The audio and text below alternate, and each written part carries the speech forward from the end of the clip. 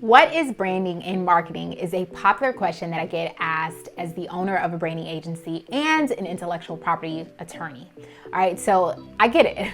It can be confusing to think about branding and think about marketing and not clump them in as the same thing or use these terms interchangeably. Though they are different, they work together to create a really harmonic rhythm for business, okay? So if you have watched any of my other videos, then you know that I like to break really hard concepts down into bite-sized pieces so they are easier to digest. So let's first take a look at what marketing is. Marketing is the process of gaining exposure in a marketplace. I like to think of marketing more along the lines of a strategy for drumming up attention. Marketing is about getting people to stop what they are doing or reroute their attention to you.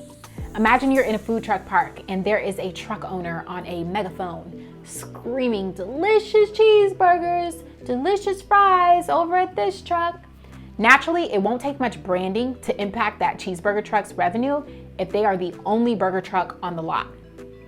All they have to do is continue to be loud and make sure that everyone who enters the food truck park knows they sell burgers and fries. Marketing is usually characterized by the channels that are used. In this hypothetical I just presented, standing outside with a megaphone might be characterized as guerrilla marketing. There's also email marketing, paid ad marketing, direct mail marketing, social media marketing. Marketing considers the channels that you are using to gain that maximum exposure and to capture attention, and what type of strategy is used alongside that channel to fully leverage that channel's potential. Marketing is a numbers game at its core. Marketers want to know, if I get in front of 100 people, how many of these people can I turn into customers? Let's say that they find that every time they make an offer to 100 people, 20 people buy. Then they know if I get in front of 10,000 people and present the same offer, 2,000 people will buy. So the goal of marketing is to simply get in front of that many people and present this offer over and over again. So back to our hypothetical. If our burger and fries truck wanted to be profitable, all the business owner would have to do is make sure that they parked in front of really high traffic areas consistently. That's marketing. But let's dig deeper into this hypothetical, because in order to catch the right person's attention, something about your marketing has to stand out amongst the noise. And even after you have caught someone's attention, you have to keep their attention. So you either fall into one of two categories. You'll be forgettable or memorable. And this is where branding comes into play. If marketing is a numbers game at its core, then branding is a psychology game at its core. Let's add a new element to this hypothetical. Let's imagine that the original burger and fries truck is not the only burger truck at the park. Let's imagine there is a second burger truck, and the owner of the second truck is also using a megaphone to market. But this second truck is colorful. It has a catchy slogan, and its visuals are magnetic. The marketing is the same. The branding is drastically different. Branding is the process of creating a heartbeat and a life around your product or service, which is why I always explain branding by using the 4 chambers of the heart. There are 4 main chambers to the heart of branding. There's brand experience, brand visuals, brand messaging, and brand protection. Let's break these down further. Brand experience is a term that I use to describe the way that you and your clients feel about your brand. When you are running your brand, do you feel liberated or overwhelmed? Are you building a business that you love, or are you creating another job for yourself that makes you hate Mondays all over again? Because the first person to experience your brand is you as the business owner, and how you feel about your brand and the energy and the effort that you exert to run your brand will always spill over into how your clients and your prospects feel about it. So let me explain this in detail.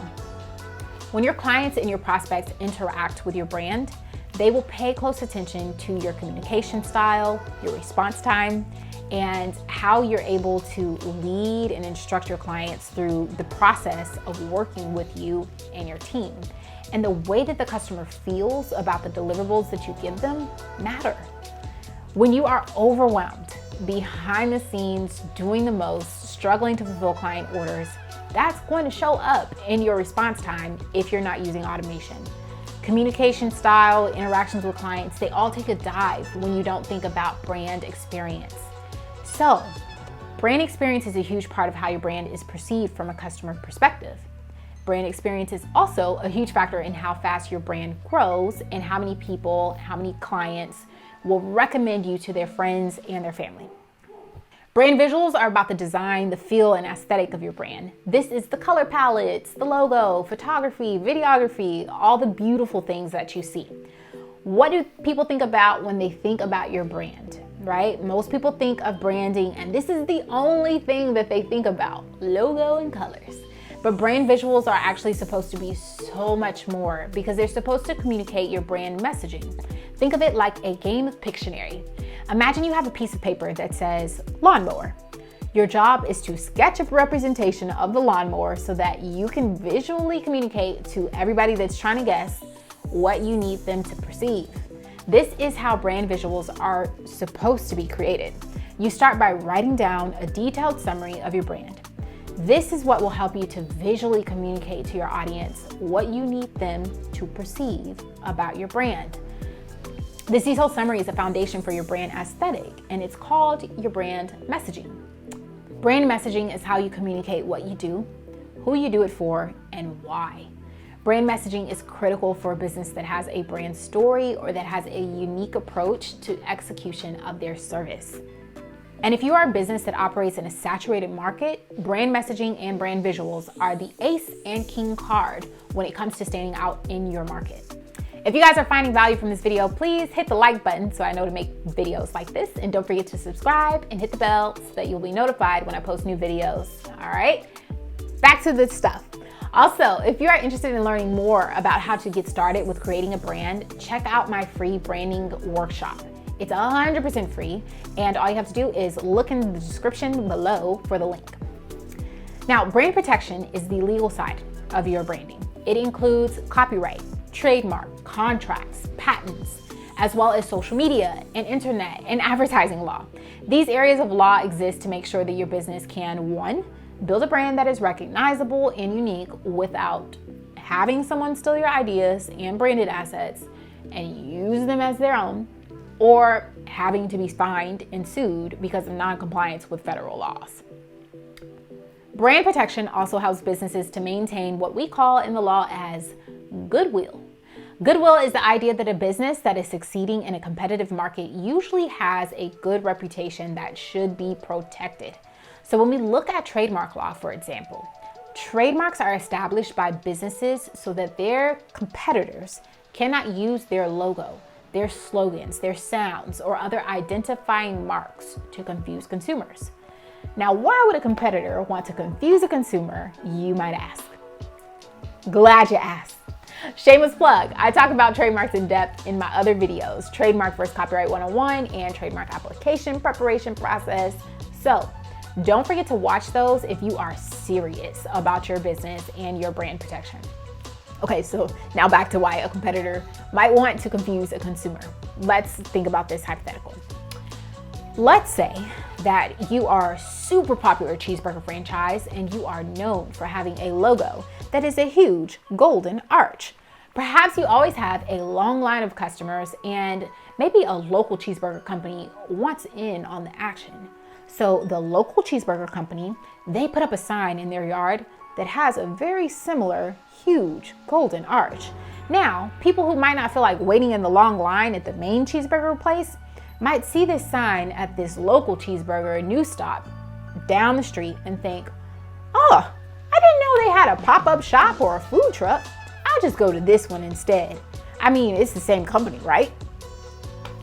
The confusion of whether or not something is or isn't affiliated with the more reputable company benefits the smaller company in this hypothetical.